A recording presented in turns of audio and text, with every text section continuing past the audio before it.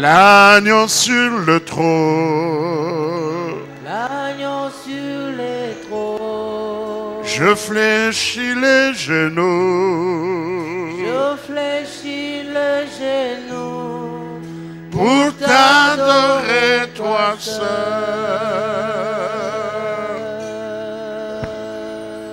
À jamais tu seras. À jamais tu seras. L'agneau sur le trône. L'agneau sur le trône. Je fléchis le genou. Je fléchis le genou. Pour t'adorer toi seul. Alléluia. Seigneur, ô Dieu de gloire, c'est une grâce de nous tenir ce matin devant ton peuple. Qu'est-ce que nous avons de si spécial en nous, ô Dieu? Tout ce que nous sommes, ce n'est que l'œuvre de ta grâce. Seigneur, alors que nous voulons t'écouter durant ce moment, il est écrit dans ta parole, tu envoyas ta parole et ta parole les guérit. Ce matin, Seigneur, nous voulons une parole, non pas qui vient d'un homme, mais qui vient de toi. Et qu'en toutes choses, que la gloire te revienne. Au nom de Jésus. Amen. Amen. C'est une grâce d'être dans ce lieu. Alors que j'étais assis, je me demandais, est-ce que dans ces magnifiques cultes, il est vraiment important d'apporter la parole parce qu'on veut vraiment louer le Seigneur, lui rendre gloire pour toutes ses bontés dans nos vies. Et nous remercions Dieu qui nous permet de nous tenir devant son peuple ce matin, afin de partager la parole de Dieu. Et nous remercions notre pasteur, notre Père, qui a vu que nous pouvons apporter la parole. Ce n'est pas parce que nous sommes plus spéciaux, c'est la grâce de Dieu. Sans plus tarder, nous allons ouvrir nos Bibles dans les livres de Actes, le chapitre 3, le verset 1 jusqu'au verset 10. Je vais lire rapidement. Pierre et Jean montaient ensemble au temple, à l'heure de la prière. C'était la 9e heure. Il y avait un homme boiteux de naissance qu'on portait et qu'on plaçait tout le jour à la porte du temple, appelé la Belle, pour qu'il demandât l'aumône à ceux qui entraient dans le temple. Cet homme, voyant Pierre et Jean qui allaient y entrer, leur demanda l'aumône. Pierre, de même que Jean, fixa les yeux sur lui et dit « Regarde-nous !» Et il le regardait attentivement, s'attendant à recevoir d'eux quelque chose. Triste nouvelle, c'est qu'il s'attendait, ce n'était pas, ces hommes n'avaient pas la possibilité de le donner ce qu'il attendait. Mais la Bible me dit par la suite, alors Pierre lui dit, je n'ai ni or, je n'ai ni argent, mais c'est que j'ai. Oh, c'est que j'ai. Je te le donne au nom de Jésus de Nazareth. Lève-toi et marche. Et prenant par la main droite et fit lever, au même instant ses pieds et ses chevilles devinrent fermes. D'un saut, il fut debout et se mit à marcher. Il entra avec eux dans le temple, marchant, sautant et louant Dieu. Tout le monde le vit, marchant et louant Dieu. Il reconnaissait que c'était celui qui était assis à la Belle, porte du temple, pour demander l'aumône, et il fut rempli d'étonnement et de surprise au sujet de ce qui était arrivé. Le thème que je nous propose ce matin, ce que j'ai, je te les donne. Est-ce que tu peux dire à ton voisin, ce que j'ai, je te les donne? Ce passage d'Acte 3 est précédé par un récit. Le récit qui nous parle du jour de la Pentecôte. Lorsque vous lisez Actes à partir du chapitre 2, on nous parle de l'histoire de la Pentecôte. Comment le Saint-Esprit est descendu au milieu de son peuple. Et le livre des Actes des Apôtres, qui en est l'auteur, c'est un homme qui s'appelle Luc. Luc était un médecin, Luc était un compagnon de Paul. Il était aussi un évangéliste. Et lorsque vous lisez le livre des Actes des Apôtres, c'est le seul livre de la Bible qui nous relate l'histoire de l'Église primitive. Lorsque vous lisez les livres des Actes des Apôtres, on nous parle comment l'évangile est parti de Jérusalem, de la Judée, de la Samarie et jusqu'aux extrémités de la terre. Et dans ce même livre, dans ce livre, nous voyons l'œuvre du Saint-Esprit qui constitue le thème essentiel du livre des Actes des Apôtres. C'est pour cela que certains commentateurs de la Bible disent que normalement les livres des Actes des Apôtres devaient être appelés les actes du Saint-Esprit. Parce que lorsque nous lisons les livres des Actes des Apôtres, vous allez remarquer qu'on parle très souvent des manifestations du Saint-Esprit. On nous parle comment l'église primitive était une église vivante, une église victorieuse, une église où l'Esprit de Dieu était en action. Ma prière en ce jour est que dans cette église, que cette église soit une église qui est animée par le Saint-Esprit. Nous voulons voir des choses que la Bible nous dit. J'aimerais dire à quelqu'un que la Bible n'est pas un livre d'histoire. La Bible est la parole vivante de Dieu. Ce qui est écrit ici, ce n'est pas pour que toi Dieu agit encore aujourd'hui. Et il peut agir au travers de toi et au travers de moi. Et dans cette portion des Écritures, nous voyons Pierre et Jean, un homme qui était boité de naissance. Un boité de naissance. Ça veut dire que cet homme n'a jamais marché dans sa vie. Lui n'a jamais essayé. Oh, quelle tristesse. Ça fait mal lorsque certaines choses que tout le monde peut faire, toi tu es incapable de le faire. Cet homme était un boité de naissance et la Bible nous dit qu'il était un mendiant. Il demandait. Quand j'ai analysé la vie de cet homme, vous allez remarquer que cet homme était un homme qui dépendait des autres. À tel point que la Bible dit qu'on devait le porter pour l'amener à la porte du temple, appelée la Belle. Il ne pouvait pas prendre sa vie seul. Il devait dépendre des autres. Alors je me suis posé des questions. Peut-être cet homme, pendant certains jours, Moutoupé Fala Memaye a y été. Donc ça veut dire qu'il allait rester là où il était. Et même la Bible nous dit que cet homme ne pouvait pas entrer au temple. La Bible n'a pas dit que cet homme était entré dans le temple, mais qu'il était à la porte. À cause de sa condition, il était écarté des hommes. Les hommes ne pouvaient pas lui donner l'accès parce qu'il n'est pas digne d'entrer au temple. Peut-être tu es dans ce lieu, tu vis exactement peut-être dans les mêmes conditions. Tu es dérangé par une maladie qui a fait en sorte qu'on puisse t'écarter. Tu es dérangé par une maladie et on dit, mon cher, tu ne peux plus travailler. Tu n'as plus les compétences qu'il faut. Tu dois rester chez toi à la maison. Je pense qu'on est dans cette situation, on ne sera pas content. La chose qui va nous déranger, c'est la tristesse. On va se poser des questions. Qu'est-ce qui se passe? Peut-être tu es dans ce lieu. Une femme peut-être stérile, un couple qui n'ont pas d'enfants. Aujourd'hui en Afrique, lorsque vous n'avez pas d'enfants, vous avez des problèmes avec votre famille. On dit vraiment, yo vraiment, est-ce qu'on méritait vraiment au bala, moi nanabiso. À cause de la stérilité, le couple souffre. Certaines mêmes personnes les a écartés. On dit vraiment, yo za mon balité. Toi, tu n'es pas une femme. On est écarté. À cause de certaines choses qui arrivent dans notre vie, on commence à dépendre des autres. On ne peut pas prendre sa vie en charge.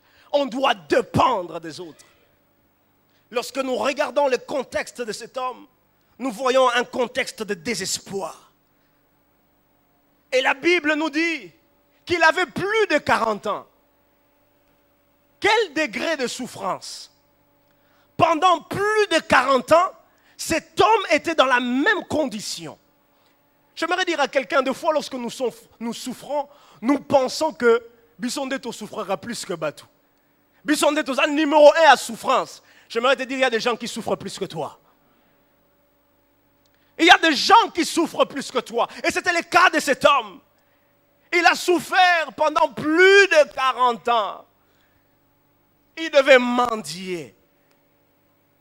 Peut-être à Kenan Moussa a dit, est-ce que je peux faire quelque chose, Babouye? Il a dit, non, tu n'as pas les compétences pour ce travail. Mais ce que j'aime est que pendant 40 années, pendant plusieurs jours que cet homme a vécu pendant sa vie, il y avait un jour qui était spécial. C'était le jour de sa visitation. J'aimerais dire à quelqu'un, le jour où Dieu nous visite, deux fois Dieu nous annonce rien. Ça semble être comme un jour ordinaire. Mais ce que j'aime est que par la suite, nous allons voir que ce n'est pas un jour ordinaire. C'est un jour extraordinaire. Quel que soit le pleur, quelles que soient les situations qui te dérangent, il y a un jour aussi pour la joie. La parole de Dieu me dit, il y a un temps pour toutes choses.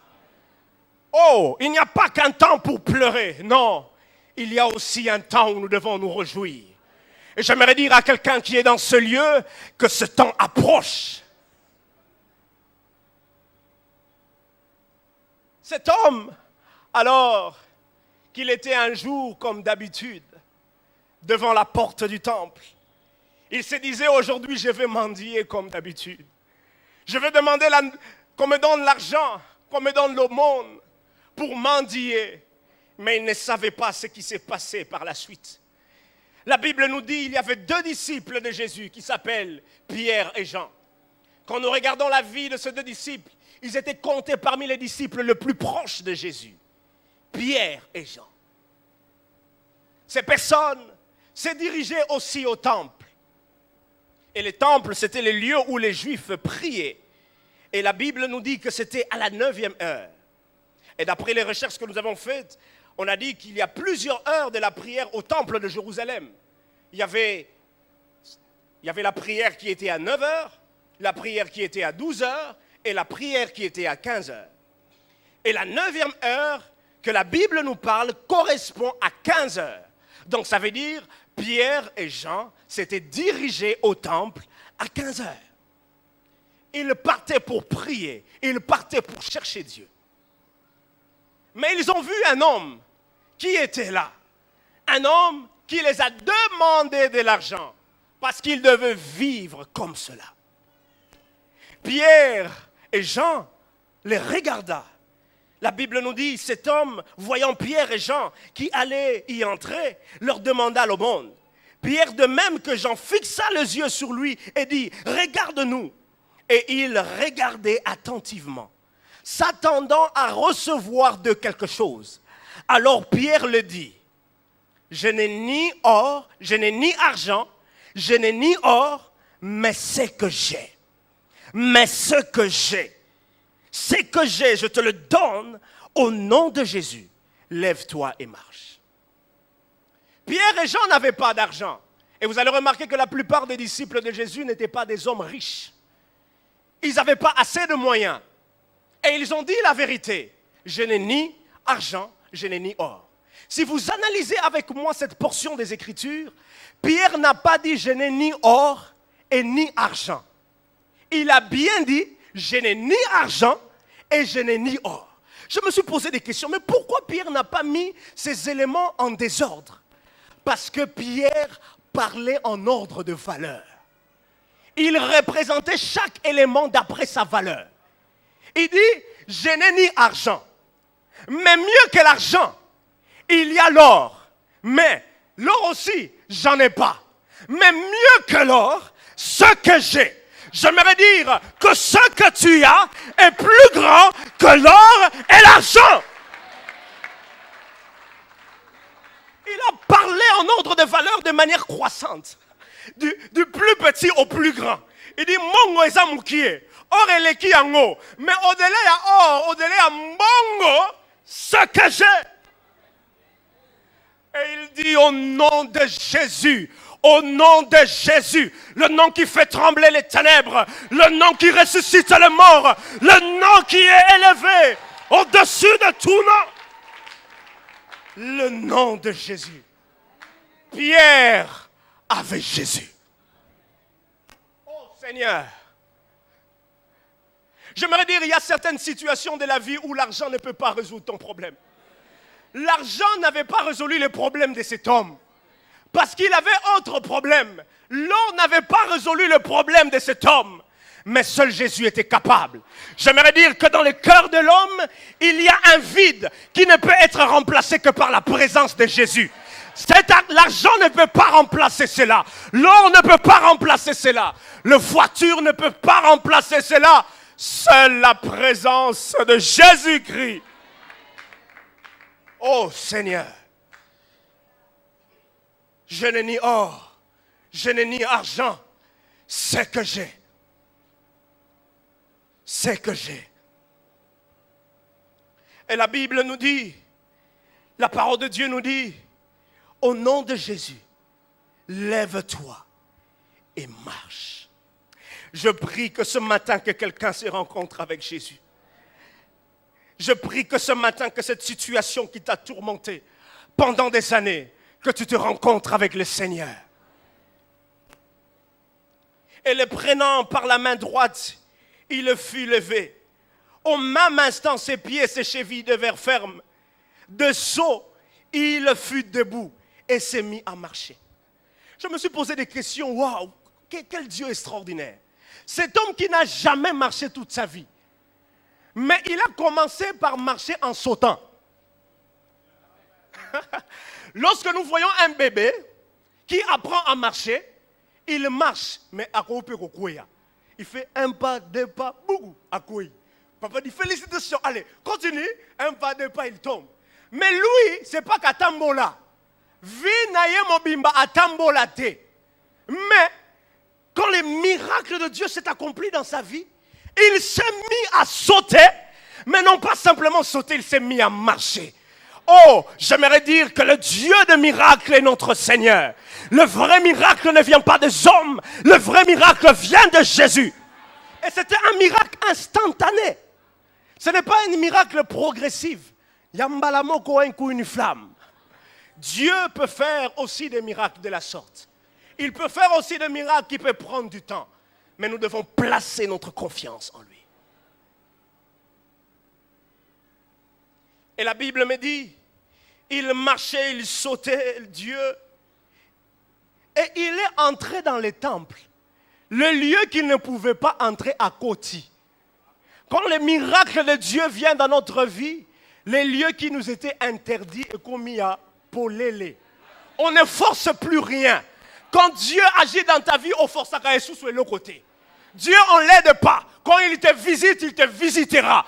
Et aucune personne ne peut s'opposer. Ces gens qui étaient au temple ont vu cet homme. Ils ont dit, qu'est-ce qui se passe? Mon Dieu, cet homme qu'on voit tous les jours, comment il est entré ici? Oh Seigneur. Les lieux qui étaient empêchés à cet homme d'entrer, à côté même sans protocole. La Bible n'avait pas dit qu'il y avait un protocole là. Kotananou, soit place. Non, il est entré, il a loué le Seigneur. Je prie que quand Dieu te visitera, que tu puisses lui rendre des actions de grâce. Que tu puisses le louer. Que tu puisses l'adorer parce qu'il le mérite.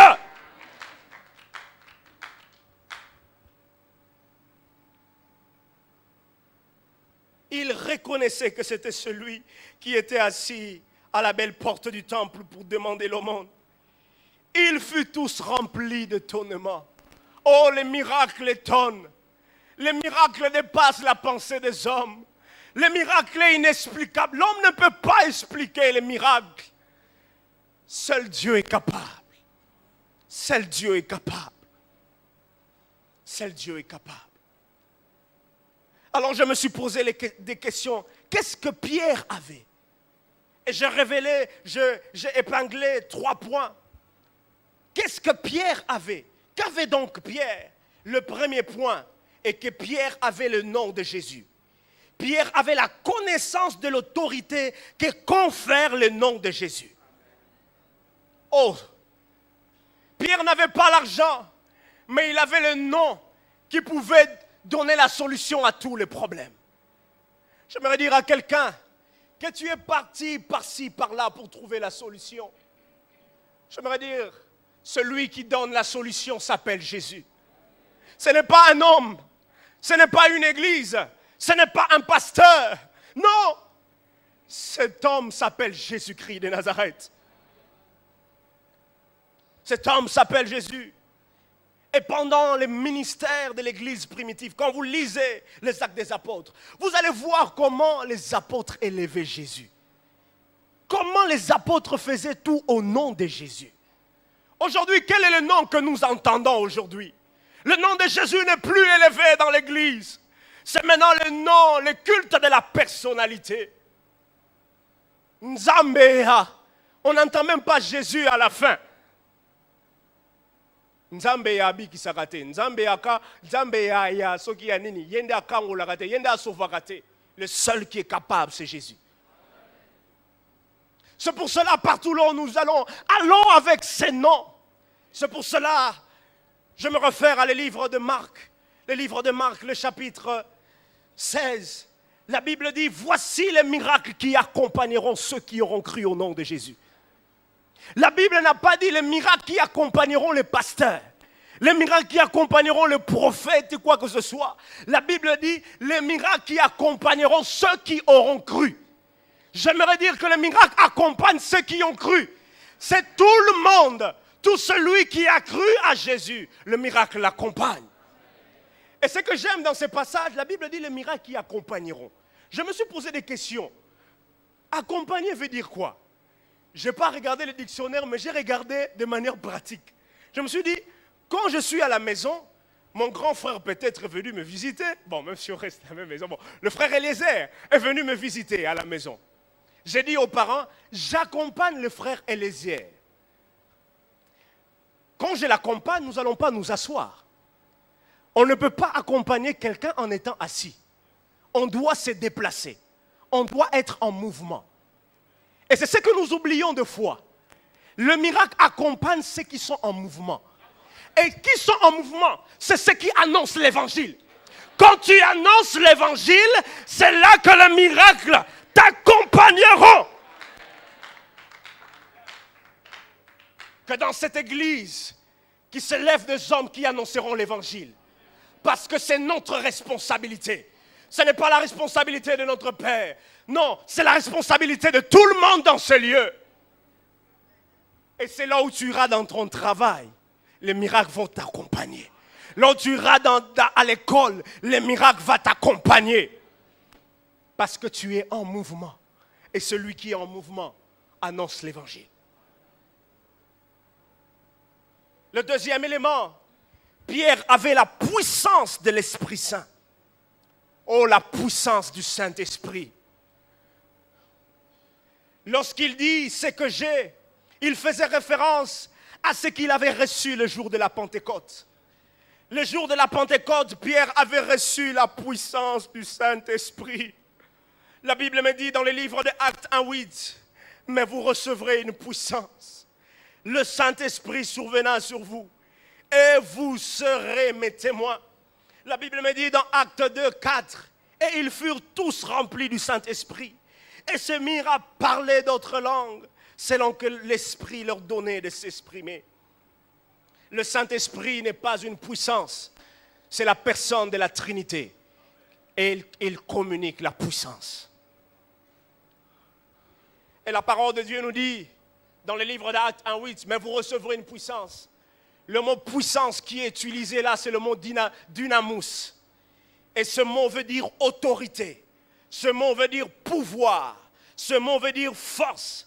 Ce mot veut dire puissance. Et le mot dynamus, c'est le mot qui a engendré, c'est un concept grec qui a engendré le mot dynamite. Et lorsqu'on parle de la dynamite, on parle d'une substance qui est explosive. Quand on parle de la dynamite, on voit quelque chose qui peut exploser. J'aimerais dire que la puissance du Saint-Esprit explose. Quand elle explose, on ne force pas. La Bible nous dit le jour de la Pentecôte, la puissance du Saint-Esprit, quand il s'était descendu, est-ce que les apôtres Babima qui pour eux-mêmes sont venus? Parce que la puissance de l'Esprit Saint, c'est comme une explosion. Mais ce que j'aime, ce n'est pas une explosion qui tue, c'est une explosion qui apporte la vie. C'est l'explosion qui apporte la vie. Oh, quand il y a l'explosion ici, attends, ils allaient limiter ceux qui poids bombe, ils allaient macasse. Et on va dire, mais qu'est-ce qui se passe là-bas? soit au Kimi, tu le dis, oh, mais la puissance de l'Esprit Saint, quand ça explose, cela apporte la vie et cela attire les hommes à venir vers Jésus-Christ.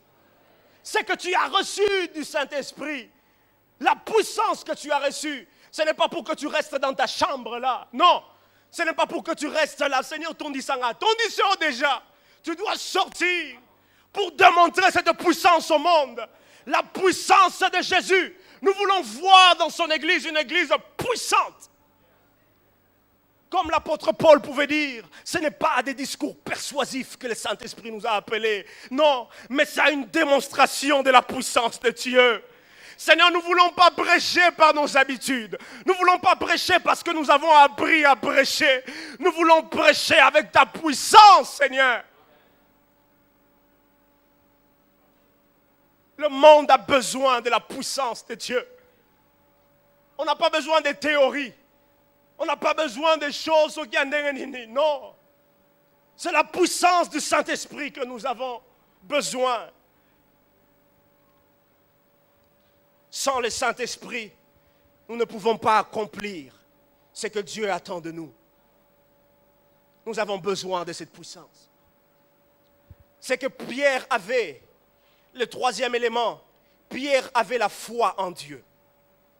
La parole de Dieu nous dit, à la porte du temple appelé la Belle, Pierre a mis en épreuve sa foi. Il a mis en épreuve sa foi.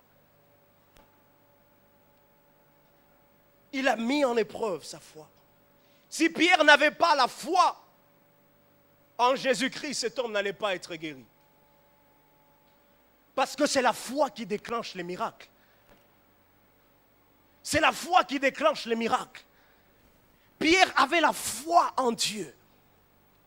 Et j'ai tiré quelques caractéristiques de la foi qu'on peut trouver dans ce passage. La première caractéristique est la foi engendre l'audace. Celui qui a la foi, il est quelqu'un audacieux. Essayez d'imaginer au Moni Moutou qui est devant les temples. Je ne sais pas ce qui a pu boiter en dengenini. Parce qu'il y a des boités qui sont boités vraiment. Tu regardes peut-être les pieds, Ngumbami et tout cela. Pierre, je ne sais pas si moi j'étais Pierre, est-ce que vraiment il y a qui est Simba? Est-ce que vraiment, Seigneur. Mais Pierre, parce qu'il avait la foi, il avait vu comment Jésus a accompli les miracles. Ils avaient vu comment Jésus a fait des choses extraordinaires. Ils avaient vu comment Jésus, à chaque fois qu'il faisait les miracles, il disait, ta foi t'a sauvé. Pierre a dit, la formule c'est ça, c'est la foi en Jésus-Christ. Et cela a engendré en lui de l'audace. Et j'aimerais dire, la deuxième caractéristique de la foi est que la foi parle. Dis à ton frère, la foi parle. Celui qui a la foi, il parle. J'aimerais que vous reteniez cette phrase. Je ne veux pas expliquer, mais écoutez très bien cette phrase. Sans la foi, les paroles ne produiront rien. Sans la foi, les paroles ne produiront rien. Ça veut dire, quel que soit ma loba toko ou loba, na ma prière na biso, si cela n'est pas associé par la foi en Jésus, cela ne va rien produire. Mais écoutez aussi la suite. Mais la foi ne produira rien non plus si elle n'est pas exprimée par des mots. La foi ne produira rien non plus si elle n'est pas exprimée par des mots. Les deux sont indispensables pour faire fonctionner la loi de la foi. Celui qui a la foi, il parle à cette montagne. Tu ne vas pas seulement regarder la montagne. Montagne. Non. Celui qui a la foi doit parler. Il doit parler parce qu'il a l'assurance en Dieu. Non pas en ses capacités, mais en Dieu. La foi n'est pas focalisée sur ce que nous voyons. La foi se focalise sur ce que nous croyons. Et nous croyons en Jésus-Christ. La foi est centrée sur la personne de Jésus. Oh Seigneur, aide-nous. La quatrième caractéristique, Pierre avait un message et un cœur christocentrique. Lisons Actes 3 à partir du verset 11.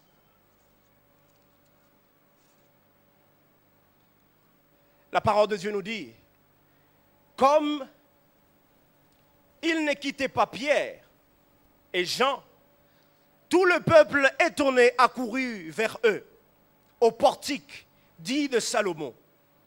Pierre, voyant cela, il dit au peuple, hommes israélites, pourquoi vous étonnez-vous de cela? Pourquoi avez-vous les regards fixés sur nous, comme si c'était par notre propre puissance ou par notre propre piété que nous eussions fait marcher cet homme?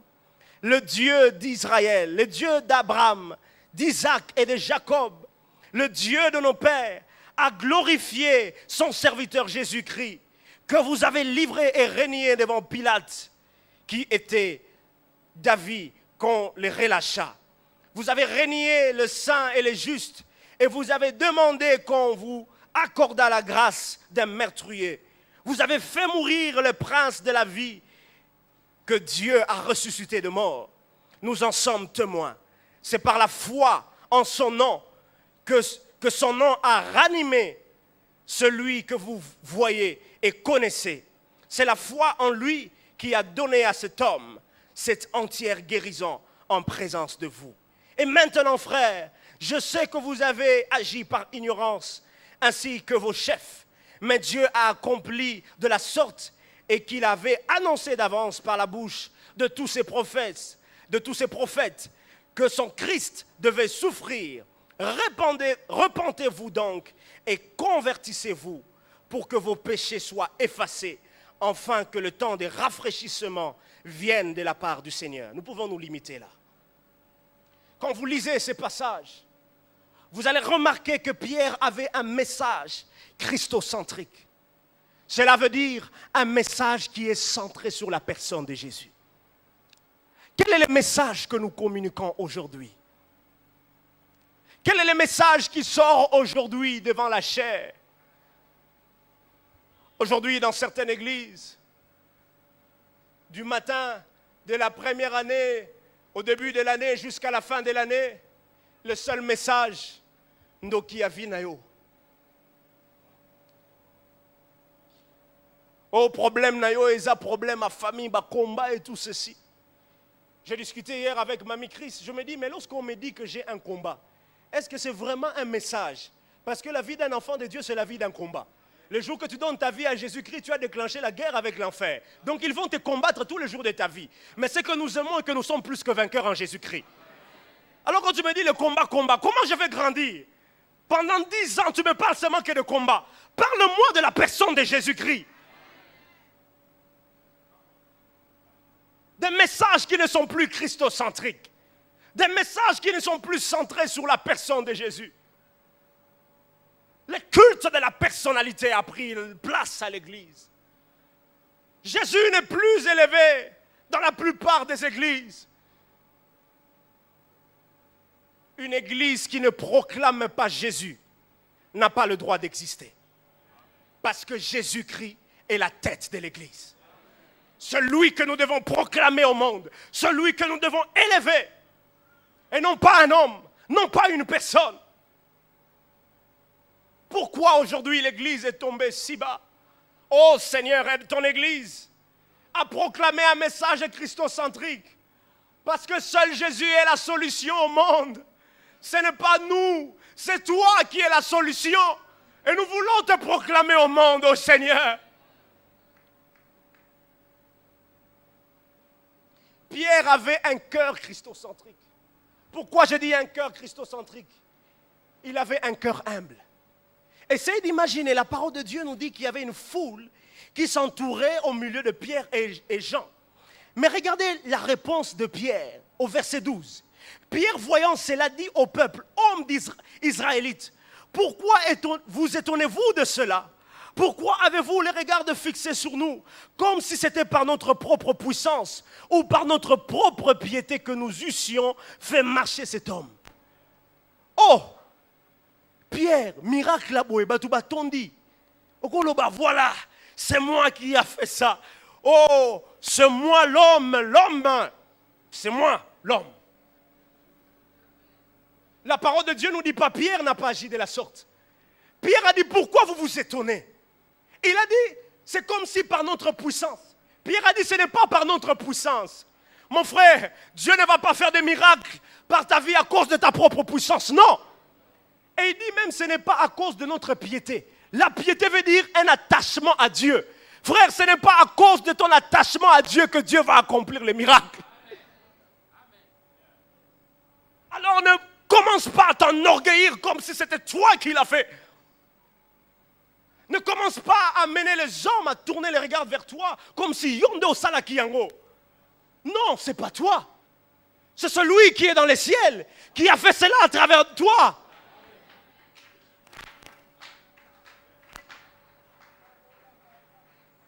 Seigneur, aide-nous. Aide-nous à garder ces cœurs christocentriques. J'aimerais partager cela. Je n'ai jamais connu le pasteur Jacques-André Verneau. Je l'ai connu, bien sûr, mais je n'ai jamais eu vraiment une discussion avec lui durant son vivant. Mais le jour que nous étions allés faire des recherches, moi et papa, pour mon travail de mémoire, moi, dans ma tête, je pensais que Jacques-André Verneau avait fait des grandes études. Je ne suis pas contre les études, s'il vous plaît. J'aime les études. Et moi-même, Dieu nous a fait grâce à être licenciés, c'est sa grâce. Et peut-être on va continuer. Mais cet homme n'a pas fait de grandes études dans sa vie. Il a commencé à étudier d'abord chez lui à la maison. Il est allé à l'école, je crois, à l'âge de 11 ans ou 12 ans. À cet âge-là. Et les seules études qu'il a fait, c'est l'Institut biblique, une formation en Angleterre, à EBTI. Alors, moi je disais, cet homme, peut-être il a fait le doctorat, il a beaucoup de diplômes et tout cela. J'avais ça en tête. Mais j'étais surpris que maman Johanna me dit, mon mari n'a pas beaucoup étudié. Et à cause de cela, il n'a pas beaucoup fait des études et tout. Alors je me suis dit, Seigneur, quand je regarde la qualité de ces messages, des messages toujours d'actualité. Il est mort, ça fait maintenant 8 ans. Mais quels messages qui sont toujours pertinents aujourd'hui. Quelle profondeur. Et même les intellectuels venaient l'écouter. Je me suis posé des questions. Mais Seigneur, mais qu'est-ce qui fait alors que cet homme soit cet homme que nous connaissons?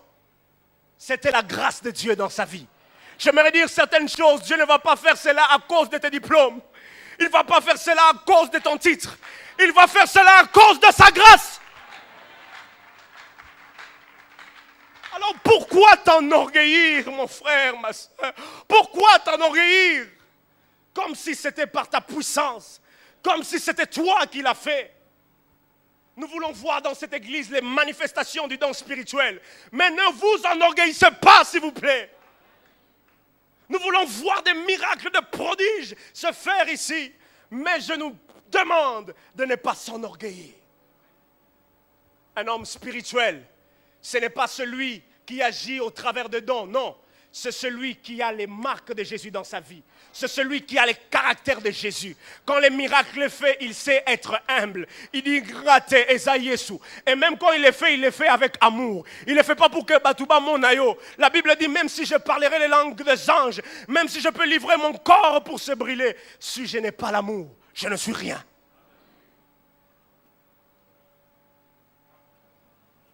Seigneur, aide ton Église.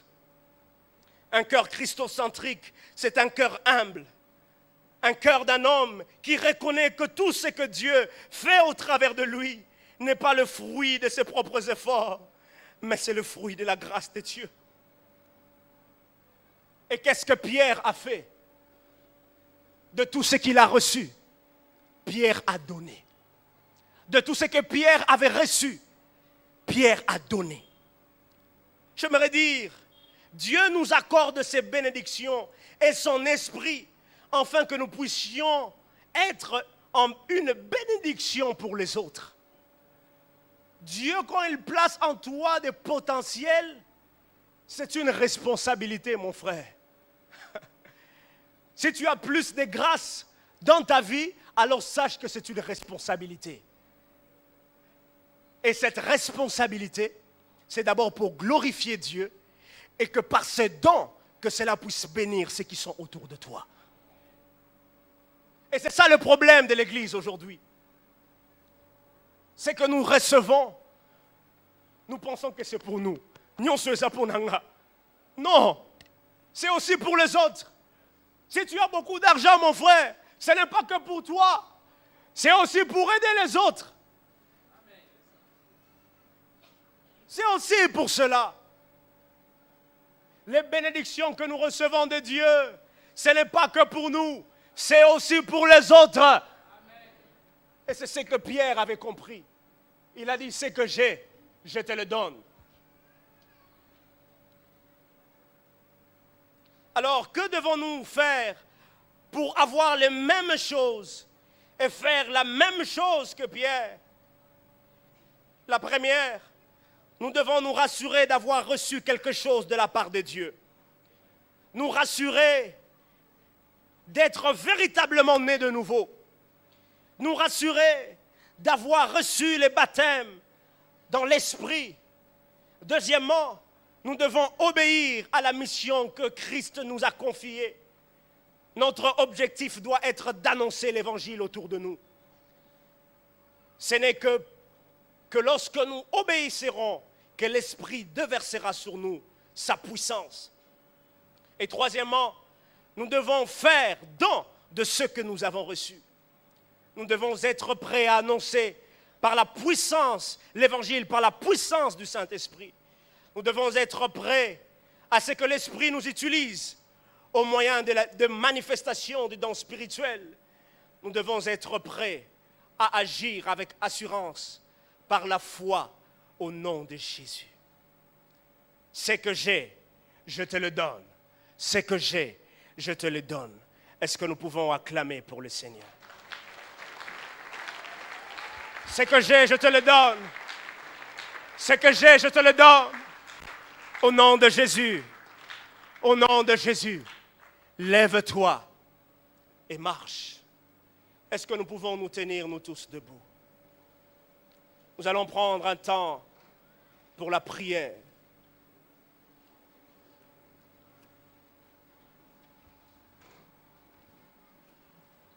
Nous allons chanter un refrain d'un chant. Je ne sais pas si on a déjà chanté cela à l'église. Qui dit: le nom de Jésus, plus grand que tout le nom, roi de rois, aucun nom n'est comme le sien. Le nom de Jésus, plus grand que tout le nom, Alpha, Oméga, aucun nom n'est comme le sien. Le nom de Jésus, le nom de Jésus, plus grand que tous les noms. Roi de rois, roi de rois, aucun nom n'est comme le sien. Le nom de Jésus, le nom de Jésus, plus grand que tous les noms. Alpha, Oméga, aucun nom n'est comme le nom de Jésus. Le nom de Jésus, plus grand que tous les noms. Oh, roi de rois, aucun nom n'est comme le sien. Aucun nom n'est comme le sien. Oh, le nom de Jésus. Le nom de Jésus, plus grand que tous les noms. Alpha, Oméga, aucun nom n'est comme le sien. Est-ce que nous pouvons élever le nom de Jésus ce matin? Est-ce que nous pouvons élever de tout le nom? Est-ce que tu peux élever ta voix pour élever le nom qui est élevé au-dessus de tout le nom? Le nom de Jésus, plus grand que tout.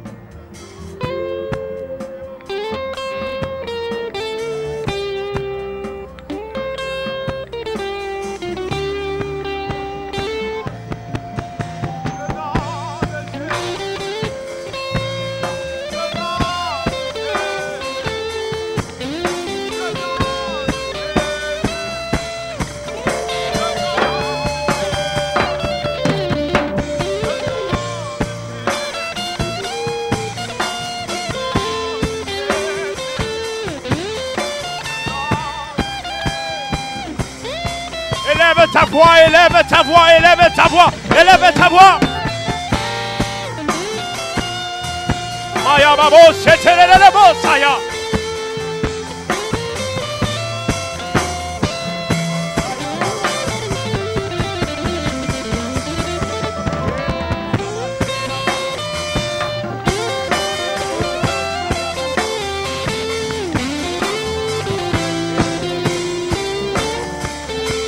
Oh, le nom de Jésus, plus grand que tous les noms, roi de rois, aucun nom,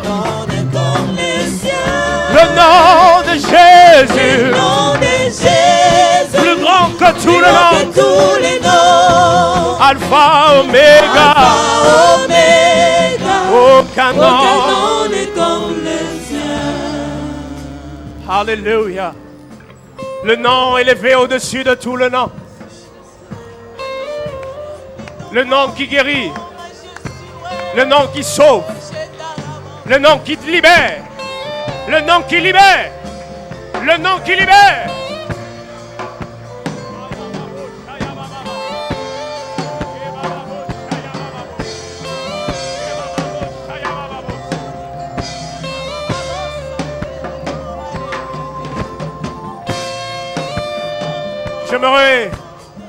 Je sens dans mon cœur, je veux faire 2 appels.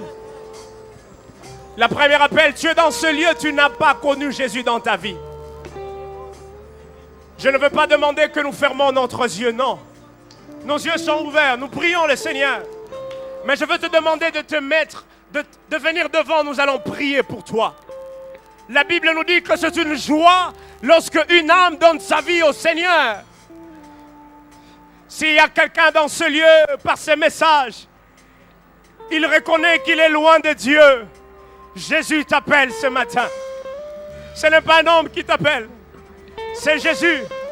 Et je te demanderai de faire un pas de foi, car aujourd'hui ton nom sera écrit dans les livres de vie. S'il y a quelqu'un, je te demande de passer devant. Nous allons prier pour toi.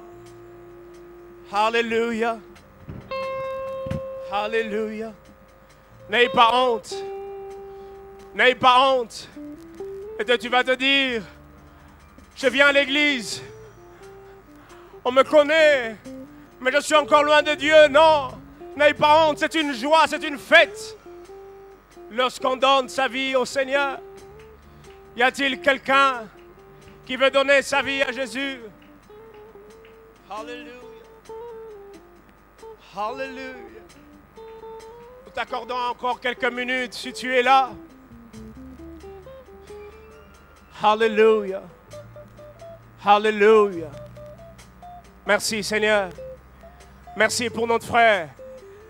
Est-ce que nous pouvons acclamer le Seigneur? C'est une fête lorsque quelqu'un donne sa vie au Seigneur. Est-ce qu'on peut bien acclamer Jésus? Alléluia. Alléluia. Je veux demander à Papa Andy de prier pour notre frère.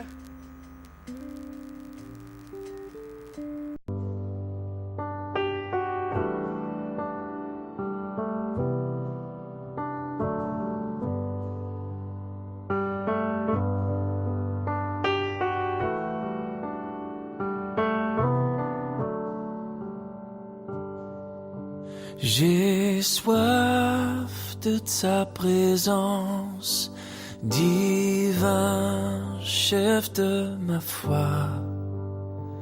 Dans ma faiblesse immense, que ferais-je sans toi? Chaque jour, à chaque heure,